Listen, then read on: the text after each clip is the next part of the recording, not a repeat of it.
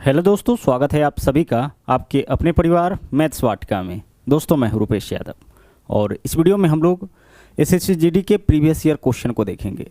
यह जो क्लास आपका होगा वो एसएससी जीडी के लिए तो बहुत ही ज़्यादा इंपॉर्टेंट होगा ही साथ अगर आप बीएसएससी या फिर एलपी टेक्नीशियन का प्रिपरेशन कर रहे हैं तो उसके लिए भी यह क्लास जो है वो बहुत ही ज़्यादा यूजफुल होगा। तो बने रहिएगा क्लास के अंत तक। साथ ही साथ हम आपको बता दें कि कल से आपका एक बैच स्टार्ट हो रहा है मैथ्स वाटिका एप्लीकेशन के ऊपर, जो कि आपका मास्टर बैच है एलपी और टेक्नीशियन का। एलपी और टेक्नीशियन का नोटिफिकेशन जो है वो आपका कभी भी आ सकता है। मोस्ट अवेटेड वैकेंसी है अगर हम बात करें रेलवे की तो, ठीक है।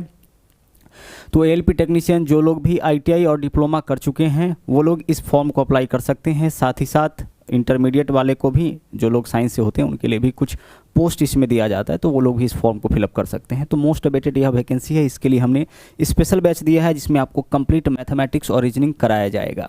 देख लीजिए इस बैच के अंदर आपको क्या क्या मिलेगा।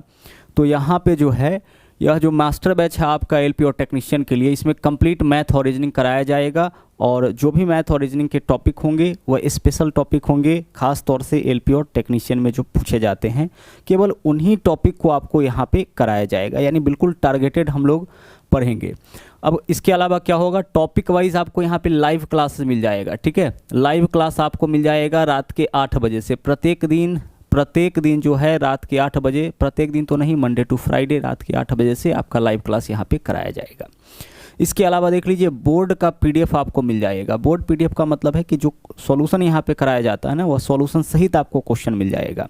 सॉल्यूशन आपको मिलेगा तो जैसे ही आप एक बार जब भी आपको रिवीजन करना होगा उसको देखिएगा, बहुत तेज़ी से आपका रिवीजन हो जाएगा। यह लाभ होता है बोर्ड पीडीएफ में। इसके अलावा प्रैक्टिस पेपर जो आपको कराया जाएगा ना, वो लेटेस्ट पैटर्न पे, यानी रिसेंटली जो ग्रुप डी का पेपर हुआ है या फिर एलपी टेक्नीशियन का पेपर हुआ है, रेलवे का जो नया पैटर्न चेंज हुआ है उस पैटर्न पर आधारित क्वेश्चंस आपको मैथ और रीजनिंग के कराए जाएंगे, प्रैक्टिस सेशन कराया जाएगा। और साथ ही साथ प्रीवियस ईयर क्वेश्चन भी आपको कराया जाएगा एलपी और टेक्नीशियन का। तो इतना फीचर आपको इस कोर्स के अंदर मिलेगा। इस कोर्स का जो प्राइस है वो आपका 499 रखा गया है, लेकिन पहले 100 स्टूडेंट के लिए इस कोर्स का फी मात्र 399 है। तो यह जो कोर्स फी है आपका पहले आपका यहाँ पे 100 स्टूडेंट्स के लिए है। इस फी में आपको मैथमेटिक्स के साथ साथ रीजनिंग भी कराया जाएगा और आपको पता ही होगा कि मैथ और रीजनिंग मिला करके तकरीबन 50 से अधिक क्वेश्चन आपका पूछा जाता है, तो बहुत ही ज़्यादा इंपॉर्टेंट सेक्शन हो जाएगा। हमने इससे पीछे ग्रुप डी के लिए आपको पढ़ाया था और बहुत ही ज़बरदस्त रिस्पॉन्ड वहाँ पे आया था, ठीक है। चलिए, तो बिल्कुल सेम चीज़ आगे भी हम लोग रिपीट करने वाले हैं। इस बैच का जो रजिस्ट्रेशन है वो 29 नवंबर से, यानी कल से आपका इस बैच का रजिस्ट्रेशन शुरू हो जाएगा। आप जितना जल्दी रजिस्ट्रेशन करा सकते हैं करा लीजिए, क्योंकि आपको फी कम ही लगना है। एक बार जैसे ही सीट आपका यहाँ पे 100 कंप्लीट होगा, फिर आगे जो कोर्स का जेन्युइन फ़ी है 499, यही आपको लगना है। और बैच जो आपका स्टार्ट होगा, इस बैच के अंदर जो लाइव क्लासेस शुरू होगी वो आपका 1 दिसंबर से शुरू हो जाएगा, यानी 1 दिसंबर से रात के 8 बजे से हम आपको इस बैच के अंदर लाइव क्लासेस लेकर के आएंगे, ठीक है। चलिए, तो अब बढ़ते हैं हम लोग आगे। देखिएगा यहाँ पे पहला क्वेश्चन क्या है, यह आपका प्रीवियस ईयर क्वेश्चन है एसएससी जीडी का। यहाँ पे हम लोग हर एक क्वेश्चन को ना बहुत ही बारीकी से समझेंगे। बोला क्या है, 9 और 36 का तृतीयानुपाती क्या होगा। यह जो क्वेश्चन पूछा है ये आपका रेशियो एंड प्रोपोर्शन से है। तृतीयानुपाती का आपका फॉर्मूला होता है, क्या फॉर्मूला होता है, b²/a। तो जब भी आपको तृतीयानुपाती निकालना होगा ना, आप इसी फॉर्मूला का उपयोग करिएगा। अच्छा, a और b किसको बोलेंगे, तो जो पहला नंबर होगा वह आपका a का मान होगा और जो दूसरा नंबर होगा वह आपका b का मान होगा। तो b² करिए, b का वैल्यू यहाँ पे 36 है, तो 36 का स्क्वायर यानी 36 × 36, और बट्टा में क्या रहेगा, बट्टा में रहेगा a, तो a का मान कितना है 9। 36 × 36 बट्टा 9 करिए, 9 से काटिए, 9 चौके 36, 36 × 4 यानी 144। तो यह दोनों जो नंबर आपका दे रखा था इसका तृतीयानुपाती आपका हो जाएगा 144, ठीक है। चलिए, अगर मान लीजिए कभी क्वेश्चन में ना तृतीयानुपाती है ना, अगर मान लीजिए क्वेश्चन में आपसे कभी पूछ दिया गया मध्यानुपाती, यहाँ से भी क्वेश्चन आ सकता है। तृतीयानुपाती दिया है किसी सेट में, आपसे मध्यानुपाती भी पूछा जा सकता है। तो मध्यानुपाती निकालने के लिए फॉर्मूला हम लोग यूज करते हैं √AB, यानी जो 2 नंबर देगा ना उसको गुना करके उसका हम लोग कर लेंगे वर्गमूल। और इसके अलावा पहला तो यह हो गया, यह आपका दूसरा हो गया। इसके अलावा क्वेश्चन आपसे आ सकता है चतुर्थानुपात का। चतुर्थानुपात अगर आपसे पूछ दिया ना तो पक्का 3 नंबर देगा। चतुर्थानुपात के लिए हमें डाटा कितना चाहिए 3, तो 3 नंबर देगा। चतुर्थानुपात निकालने के लिए हम लोग फॉर्मूला यूज करेंगे B गुने C बट्टा A, यानी दूसरा और तीसरे नंबर के गुणनफल में हम क्या करेंगे, पहले नंबर से भाग करेंगे। चतुर्थानुपात का यानी फोर्थ प्रोपोर्शन हो गया, यह आपका थर्ड प्रोपोर्शन हो गया, यह मध्यानुपाती है। तीनों का फॉर्मूला आप अपने जहन में रखिएगा, याद रखिएगा। साथ ही साथ इसका जो PDF है ना, वो आपको मैथ्स वाटिका टेलीग्राम चैनल के ऊपर मिल जाएगा। तो मैथ्स वाटिका टेलीग्राम चैनल आप ज्वाइन करिए, ठीक है। मैथ्स वाटिका टेलीग्राम चैनल आपको क्या करना है, ज्वाइन करना है, और वहाँ पे आपको यह PDF मिल जाएगा। चलिए बढ़ते हैं अगले क्वेश्चन में। तीनों चीज़ आप यहाँ पे समझ गए हैं। क्वेश्चन नंबर 2 देखिए, यह क्वेश्चन आपका टाइम एंड वर्क से पूछा है। बहुत बेहतरीन क्वेश्चन है, बहुत सारा कॉन्सेप्ट आपको यहाँ पे समझने को मिल जाएगा, तो ध्यान से समझिएगा। आइए देखते हैं यहाँ पे क्वेश्चन क्या है। चलिए, बोला है A और B किसी काम को 120 दिन में, यह जो 120 दिन समय लग रहा है ना, वह समय लग रहा है A और B को। तो A और B का जो कंबाइंड समय है वह आपका 120 दिन है, ठीक है। चलिए आगे बढ़ते हैं। B और C को 150 दिन, B और C का जो कंबाइंड समय है वह आपका 150 दिन है, ठीक है। और इसके अलावा A और C लिखे या फिर C और A लिखे, एक ही बात है। यहाँ बोला है A और C को 200 दिन, यह 200 दिन समय किसको लगता है, A और C को।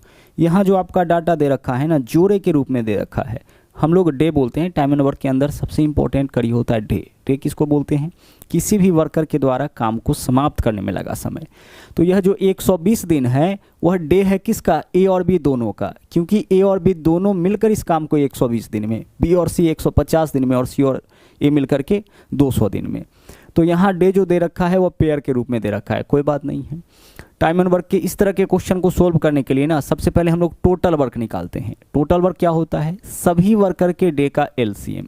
तो 120, 150 और 200 का LCM कितना हो जाएगा, इसका LCM आपका हो जाएगा 600। आप बोलोगे कि सर इतना जल्दी आप LCM कैसे निकाले, तो देखिए यहाँ भी 0, यहाँ भी 0, यहाँ भी 0, तो 1 0 तो हमारा LCM ऐसे हो गया। अब हमारे पास क्या बचा, 12, यहाँ 15, यहाँ 20, 12 15 20 का LCM निकाल दीजिए। 12 15 20 LCM जब भी निकालना होगा तो सबसे बड़े संख्या को पकड़िएगा और इसका पहाड़ा तब तक पढ़िएगा, इसका टेबल तब तक पढ़िएगा जब तक छोटका सब ना काटे। तो 20 दूना 40 नहीं काटा, 20 दिया 60, 60 को EB काटेगा, EB काटेगा तो LCM कितना हो गया 60। तो 12 15 20 का LCM 60 और एक 0 सब में था तो 0 इसके लिए, तो LCM हो गया हमारा 0। स्टेप बाय स्टेप समझिएगा, ठीक है। अब आगे देखिए, अब यहाँ से आगे देखिएगा क्या है, टोटल वर्क निकालेंगे। कैसे निकालेंगे, सभी वर्कर के डे का LCM। अब हम निकालेंगे प्रत्येक वर्कर के द्वारा एक दिन में काम का मात्रा। कैसे निकालेंगे, टोटल वर्क में इससे भाग करके। तो टोटल वर्क है 600, 600 में 120 से भाग करिए, 12 पंचे 60, यानी A और B मिलकर एक दिन में ना 5 यूनिट काम करेगा। कब, अगर टोटल वर्क का मात्रा होगा 600। यह चीज़ आप बहुत ध्यान से समझिएगा। अगर कुल काम की मात्रा 600 है तो A और B एक दिन में 5 यूनिट काम करेगा। B और C 600 बट्टा 150 4 यूनिट काम करेगा, और C और A 600 बट्टा 200 3 यूनिट काम करेगा। तो यहाँ से हम क्या निकाल लिए, सभी वर्कर के एक एक दिन का काम, कि एक वर्कर एक दिन में कितना यूनिट काम करेगा। लेकिन एक चीज़ जब गौर से देखिएगा तो पता चलेगा कि यह तो A और B का डाटा है। A और B, यह किसका है, B और C, और यह है C और A का। तो अगर 5 4 9 3 12, यह 12 क्या हो जाएगा, यह 12 हो जाएगा A प्लस B जोड़ B प्लस C जोड़ C प्लस A। यानी A और B, यहाँ पे A और B हम इसको ऐसे लिख सकते हैं, A प्लस B एक दिन में कितना काम करेगा 5 यूनिट। B और C एक दिन में, सर B और C एक दिन में कर लेगा 4 यूनिट, और C और A एक दिन में, C और A, इसको समझाने के लिए बस हम लिख रहे हैं, इतना करना नहीं है आपको, 3 यूनिट। इसको जोड़िए, 5 4 9 3 12 हो गया। इधर देख लीजिए, A 2 बार, B भी 2 बार, C भी 2 बार, तो 2 into A plus B plus C लिखेंगे। तो 2 into A plus B plus C बराबर 12। तो 2 इधर है, गुणाम इधर आएगा, तो भाग में तो कितना हो जाएगा 6। मतलब क्या हुआ कि A B C के एक दिन का काम कितना हो जाएगा 6 यूनिट। कैसे निकाले, इस सब को जोड़ करके 2 से भाग, तो डायरेक्ट आप कर लीजिएगा। डायरेक्ट क्या करिएगा, अगर आपसे पूछा जाए कि भाई A B C एक दिन में कितना काम करेगा, A plus B plus C एक दिन में कितना काम कर लेगा, तो हम क्या करेंगे, सभी के काम को जोड़ करके 2 से भाग। तो 5 4 9 3 12 बट्टा 2 कितना होगा 6। ऐसा क्योंकि ये जोड़े में रहने की वजह से ऐसा हम लोग किए हैं यहाँ पे, ठीक है। चलिए एक सेकेंड,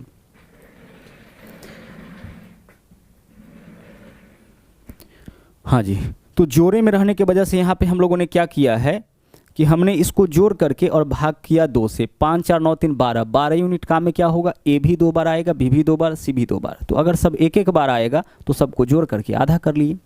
अब हमें क्या बताना है, हमें बताना है बी अकेले उस काम का 2/5 भाग कितने दिन में करेगा, यानी बी का काम। तो हम क्या करेंगे कि हम निकालेंगे यहाँ पे बी के 1 दिन का काम, ठीक है। बी 1 दिन में कितना काम, तो ए बी सी 1 दिन में 6 यूनिट काम करता है। ए बी सी के 1 दिन के काम में से हम ऐसा करते हैं सी और ए के 1 दिन का काम हटाते हैं। तो सी और ए 1 दिन में कितना काम करता है, 3। तो ए बी सी के 1 दिन के काम में से अगर सी और ए के 1 दिन का काम हटाएंगे तो इससे क्या निकलेगा, बी के 1 दिन का काम।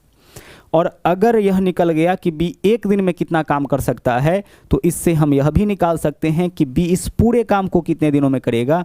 तो पूरे काम का मात्रा कितना है, 600 यूनिट। और बी 1 दिन में कितना काम कर सकता है, 3 यूनिट। तो 600/3, यानी बी को पूरा काम करने में समय लगेगा 200 दिन।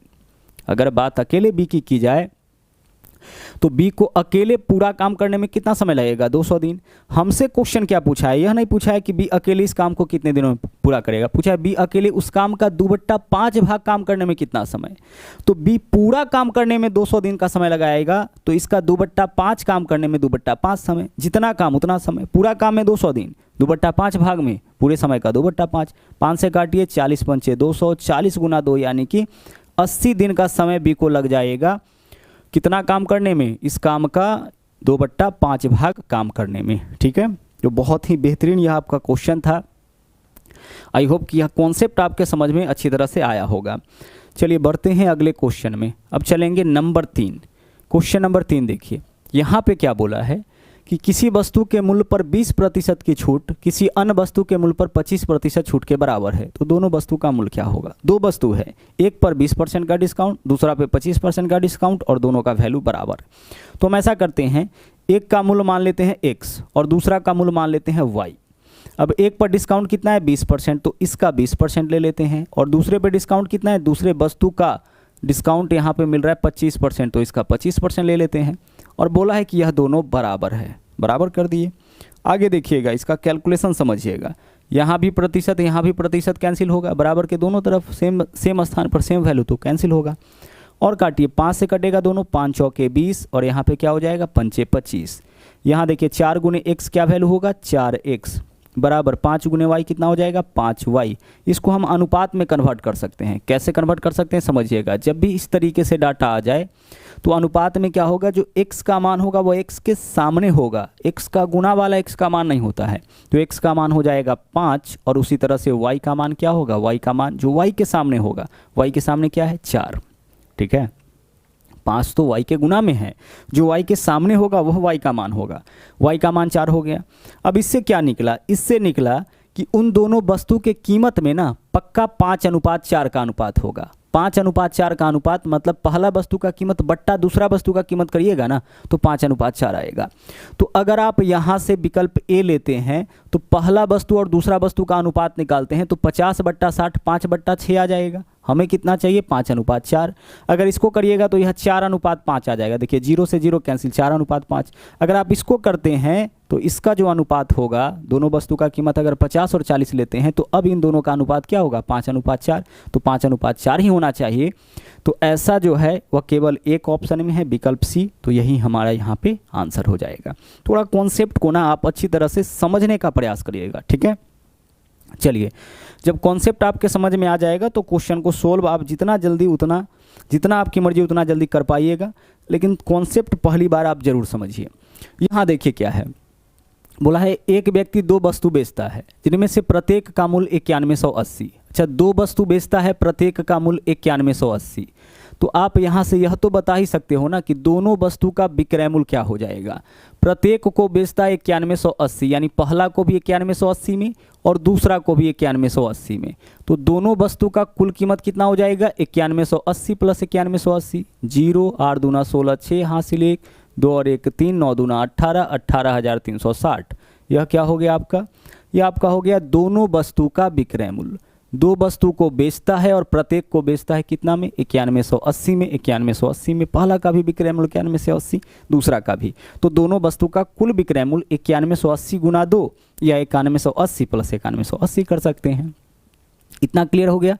तो दोनों वस्तु का यहाँ पे कुल विक्रय मूल्य आपका निकल गया है। अब आगे चलिए, अब क्वेश्चन में क्या बोला है कि उसे एक वस्तु पर 8% का लाभ, अब देखिए दो वस्तु में से एक पर 8% का लाभ हुआ और दूसरे पर 15% की हानि हो गई। अब उसका कुल लाभ या हानि बताना है। तो कुल लाभ या हानि कब निकलेगा? जब कुल क्रय मूल्य पता है, यहाँ कुल विक्रय मूल्य पता है, कुल क्रय मूल्य निकल जाएगा। तो कुल क्रय मूल्य कैसे निकालेंगे देखिएगा, यहाँ देखिएगा पहला वस्तु को कितना में बेचा था? 9180 में। तो जब पहला को 9180 में बेचा ना, तो इस पर 8% का लाभ हुआ। इसका मतलब 9180 108% का मान है, क्योंकि इस विक्रय मूल्य में तो 8% का लाभ हुआ और 8% का लाभ तब होगा जब वस्तु को हम लोग उसके क्रय मूल्य से 8% ज़्यादा में बेचेंगे। 8% ज़्यादा मतलब 108%। तो 9180 108% का मान है। पहले वस्तु का क्रय मूल्य कितना, यानी 100% का मान क्या होगा? इससे क्या निकल जाएगा? पहले वस्तु का क्रय मूल्य। ठीक है, चलिए क्रय मूल्य निकलेगा किसका? पहले वस्तु का। अब इसको सोल्व करते हैं। आइए, यहाँ पे अगर 9 से काटेंगे तो 12 नमा 108 हो जाएगा और 9 से काटेंगे 9 एकम 9 0 हो जाएगा, क्योंकि 2 अंक उतारेंगे। 9 दूना 18 0। 12 से काटिए इसको, 12 अट्ठे 96, 6 बचेगा, 12 पंचे 60, 85 गुना 100 यानी 8500। यह 8500 क्या निकला? पहले वस्तु का क्रय मूल्य। अब दूसरे वस्तु का क्रय मूल्य निकालिए। दूसरे को भी कितना में बेचा है? 9180 में बेचा है। और जब 9180 में दूसरे वस्तु को बेचा तो इस केस में क्या हुआ? उसको 15% की हानि हो गई।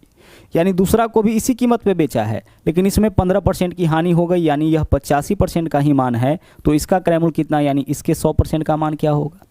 दूसरा वस्तु को 85% में ही बेच लिया, 15% की हानि का सीधा सा मतलब है कि वस्तु को उसके क्रय मूल्य से 15% कम, यानी 85% में ही बेच दिया गया। तो 9180 मात्र 85% का मान है, हमें चाहिए उसका क्रय मूल्य, मीन्स कि हमें 100% का मान चाहिए। अब देखिए यहाँ से हम लोग अपना आंसर आसानी से निकाल सकते हैं। यह हो जाएगा 17, 5 से काटेंगे तो, और यह हो जाएगा आपका 20। 17 से इसको काट लीजिए, 17 चौके 17 पंचे 85 हो जाएगा, नहीं 6 बचेगा, 17 चौके 68, 540। तो 2 जीरो है तो 2 जीरो हम पहले देते हैं इसके लिए, 1 जीरो इसके लिए, 1 जीरो इसके लिए, और 54 दुना कितना हो जाएगा? 108 हो जाएगा। यानी 10,800 रुपये जो है वह दूसरा का क्रय मूल्य आ गया। पहला का क्रय मूल्य 8500, दूसरा का क्रय मूल्य कितना हो जाएगा? 10,800। अब कुल क्रय मूल्य आप बता दीजिए, दोनों को जोड़ लीजिए। अगर हम 8500 में 10,800 जोड़ते हैं तो 0 प्लस 0, 2 जीरो है तो 2 जीरो रहने देते हैं। ठीक है, यहाँ भी 2 जीरो, यहाँ भी जीरो। अब 8 और 5 13, 3 हासिल 1, 10 और 8 18 और 1 19, 19,300। 19,300 क्या है सर? 19,300 जो है दोनों का क्रय मूल्य है। तो दोनों का क्रय मूल्य 19,300, दोनों का विक्रय मूल्य 18,360। क्रय मूल्य भी पता है, विक्रय मूल्य भी पता है। वस्तु को देख लीजिए, क्रय मूल्य से कम में बेचा कि ज़्यादा में? खरीदा था 19,300 में, बेचा 18,360 में, कम में ना, तो हानि होगी। तो यहाँ पे हानि होगा। यह दो ऑप्शन तो हमारा ऐसे ही गलत हो गया। ठीक है, यहाँ हानि होगा। अब हानि कैसे निकालते हैं हम लोग? तो हानि के लिए क्या होता है? क्रय मूल्य आपका ज़्यादा होता है और विक्रय मूल्य कम होता है। तो हानि होता है आपका विक्रय मूल्य माइनस क्रय मूल्य। तो विक्रय मूल्य 19,300 और क्रय मूल्य कितना है? 18,360। 18,360 माइनस करिए, कितना आ जाएगा? 940। यानी 940 रुपये का ना इस सौदे में क्या हो जाएगा? हानि हो जाएगा, जब दोनों वस्तु को हम लोग बेचेंगे। यह आपका है कुल विक्रय मूल्य, यह है कुल क्रय मूल्य। क्रय मूल्य माइनस विक्रय मूल्य करते हैं तो हानि निकलता है, क्योंकि हानि के केस में जो है विक्रय मूल्य क्या होता है? क्रय कम होता है क्रय मूल्य से। और लाभ के केस में विक्रय मूल्य क्या होता है? क्रय मूल्य से ज़्यादा होता है। तो लाभ बराबर होता है विक्रय मूल्य माइनस क्रय मूल्य, और हानि बराबर होता है क्रय मूल्य माइनस विक्रय मूल्य। ओके, चलिए बढ़ते हैं आगे। नंबर 5 क्वेश्चन देखिए। यहाँ देखिए क्या है, बोला है किसी धनराशि पर 8% की वार्षिक ब्याज दर पर 5 वर्ष में प्राप्त होने वाला ब्याज 340 है, तो वह धनराशि ज्ञात करिए। रेट कितना है? 8% और टाइम कितना है? 5 वर्ष। तो 8% वार्षिक दर से 5 साल का ब्याज कितना हो जाएगा? 8 पंचे 40% हो जाएगा, जबकि दे कितना रखा है? 340। तो 340 जो है वह मात्र 40% का मान है। 8% वार्षिक दर से 5 साल का ब्याज 40% होगा, जबकि ब्याज कितना दिया है? 340। इसका मतलब 340 40% का मान है। 40 से भाग करिएगा, 1% का मान निकलेगा। हमें चाहिए क्रय मूल्य यानी 100% का मान, सॉरी क्रय मूल्य नहीं, मूलधन यानी 100% का मान। तो जब हम लोग CISI में चलेंगे तो 100% मूलधन को दर्शाएगा, जब हम लोग डिस्काउंट पढ़ेंगे तो 100% अंकित मूल्य को दर्शाएगा, और जब हम लोग प्रॉफिट एंड लॉस पढ़ेंगे तो 100% क्रय मूल्य को दर्शाएगा। तो यह कॉन्सेप्ट हम अच्छी तरह से बता चुके हैं। पहले भी जब हमने प्रॉफिट एंड लॉस आपको कराया होगा, परसेंटेज कराया होगा, इन सारे जगह पर इसी कॉन्सेप्ट का हम लोग यूज करते हैं और बहुत ही बेस्ट कॉन्सेप्ट है। इसकी मदद से आसानी से हम लोग अपना आंसर निकाल लेते हैं। देखिए 0 से 0 कैंसिल हो जाएगा, ठीक है, और 4 से काटिएगा तो 4 सत्ते 28, 4 छक्के 24, 76 गुने 100 कितना हो जाएगा 7600। यह आपका हो जाएगा यहाँ पे विकल्प ए। ओके, चलिए बढ़ते हैं अगले क्वेश्चन में। अगला देखिए क्वेश्चन नंबर है 6। इस क्वेश्चन को देखिएगा क्या बोला है यहाँ पे। वह बड़ी से बड़ी संख्या कौन सी है जिसे 2675 और 2320 को विभाजित करने पर शेषफल 5 और 6 बचे। अच्छा, इसमें भाग करने पर ना शेष 5 बचता है। इसका मतलब 2675 माइनस 5, 2670 उस संख्या से पूरा पूरा कटता होगा। और जब 2320 में भाग करता है तो शेष 6 बचा, यानी 2314 जो है वो आपका पूरा पूरा कट जाता होगा। यह बात तो तय है। यह चीज़ कैसे समझ में आया सर? 2675 में जब भाग किया गया ना किसी नंबर से तो 5 शेष बच गया है, यानी इस 5 को अगर हटा लीजिएगा तो बाद बाकी का नंबर जो है वो उससे पूरा पूरा कटेगा। ठीक है, जो शेष होगा उसको हटा लीजिएगा तो शेष नंबर पूरा पूरा कटेगा। जैसे कोई छोटे संख्या में देख लीजिए, अगर हम आपसे कहे कि अगर आप 7 से, ठीक है, 7 से 37 में भाग करिए तो शेष क्या बचेगा? 2 बचेगा। देख लीजिए 37 में आप 7 से भाग करके देख लीजिए, 7 पंचे 35, शेष क्या बच गया आपका? 2 बच गया। तो यही 2 अगर आप इसमें से घटा लेते हैं ना तो इससे यह पूरा पूरा कट जाएगा। 37 माइनस 2 35, 7 से पूरा पूरा कट जाएगा। तो वह बड़ी से बड़ी संख्या ज्ञात करें जिसमें 2675, जिससे 2675 में भाग करने पर शेष 5 बचा, यानी 5 हटाने पर जो वैल्यू आएगा वह पूरा पूरा कटेगा। और इसमें भाग करने पर शेष इतना बचता है, यानी 2314 पूरा पूरा कटेगा। अब हमारा क्वेश्चन क्या हो गया? क्वेश्चन हमारा हो गया कि वह बड़ी से बड़ी संख्या जो 2670 और 2314 को पूरा पूरा काटे। हमें क्या करना है? वह बड़ी से बड़ी संख्या खोजना है जो 2670 और 2314 को पूरा पूरा काटे। तो इस दोनों को काटने वाली बड़ी से बड़ी संख्या क्या होगा? इसका हो जाएगा HCF यानी कि मौसा। अब इसका HCF निकालना तो मुश्किल काम होगा, ठीक है, थोड़ा समय लगेगा। शॉर्टकट तरीका क्या होगा? शॉर्टकट तरीका होगा हम निकालेंगे इस दोनों का डिफरेंस, अंतर निकालिए। 10 में से 4 माइनस करिए 6 हो जाएगा। यहाँ बचेगा कितना? 6 में से 1 माइनस करिए कितना होगा? 5। यहाँ कितना बच जाएगा आपका? 25 में से 23 माइनस करिए 2, 256। हम क्या किए? हमें चाहिए HCF निकालने के लिए शॉर्टकट तरीका क्या है? हम इन दोनों का निकालेंगे डिफरेंस। और अब इस डिफरेंस को काटने वाला देखिए सबसे बड़ा ऑप्शन कौन है, वही हमारा आंसर होगा। इसको काटने वाला सबसे बड़ा ऑप्शन देखिए क्या? 168 दूना 256 होगा, 8 दूना 16, 6 तो हो रहा है, 16 दूना 32 और 1 33। अच्छा, यहाँ पे गड़बड़ हो गया क्या? 0 से 6 हो जाएगा, यहाँ पे 356 आ जाएगा ना।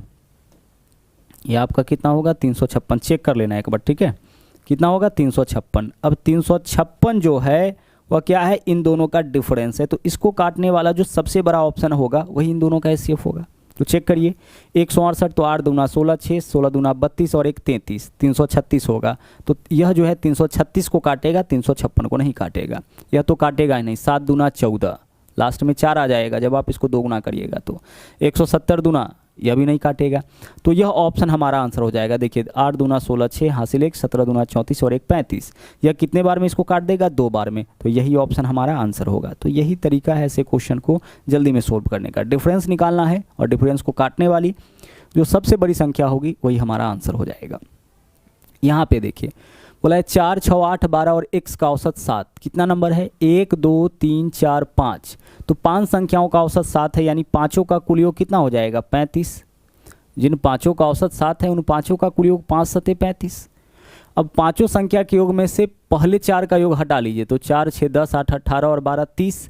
तो पहले 4 का योग कितना हो जाएगा? 30। तो पाँचों संख्या के योग में से 4 संख्या का योग हटाइएगा तो 5वां संख्या निकल जाएगा। और 5वां संख्या क्या है? x है। तो x का वैल्यू यहाँ से निकल गया। आगे चलिए y का निकालिए। यहाँ पे क्या बोला? x, तो x का वैल्यू तो निकाल चुके हैं। कितना? 5। तो 5, 9, 13, 15 और y का औसत 9 है। कितना नंबर हो गया? 1, 2, 3, 4, 5। तो 5 संख्याओं का औसत 9 है, तो पाँचों का कुल योग 5 गुने 9 यानी कितना हो जाएगा? 45 हो जाएगा। पाँचों संख्या का कुल योग 5 गुने 9 यानी 45। आगे देखिए, अब इसमें से 4 संख्या का योग माइनस करिए तो 5 और 9 14, 13 27, 27 और 15 कितना? 42। तो 45 माइनस 42 करिए, कितना आ गया? 3। यानी पाँचों संख्या के कुल योग में से 4 संख्याओं का योग हटाइएगा तो 5वां संख्या निकलेगा। और 5वां संख्या इसमें क्या है? y, ठीक है। चलिए अब यहाँ से देखिए हमारे पास x भी है और y भी है, निकालना क्या है 2x माइनस 3y का वैल्यू। तो x का मान 5 है तो 2x का मान 5 दूना कितना हो जाएगा 10, माइनस y का मान 3 है तो 3y का मान कितना हो जाएगा 9, 10 माइनस 9 यानी आंसर क्या होगा हमारा 1 आंसर हो जाएगा।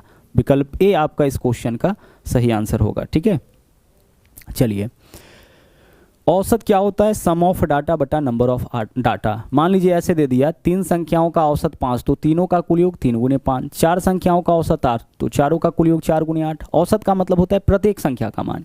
तो यहाँ देखिए 4, 6, 8, 12 और x का औसत 7 है। तो हम औसत कैसे निकालने, अगर निकालने के लिए जाते हैं तो 4 प्लस 6 प्लस 8 प्लस 12 प्लस अगला नंबर क्या है x, 5 संख्या हो गया बट्टा 5, ऐसे ही करते बराबर कितना आता, बराबर आपका 7। अब देखिए 7 यहाँ पे है तो 7 पंचे कितना हो जाता, क्रॉस मल्टीप्लाई करते तो 7 पंचे 35, यानी इन सब का योग कितना आ गया 35।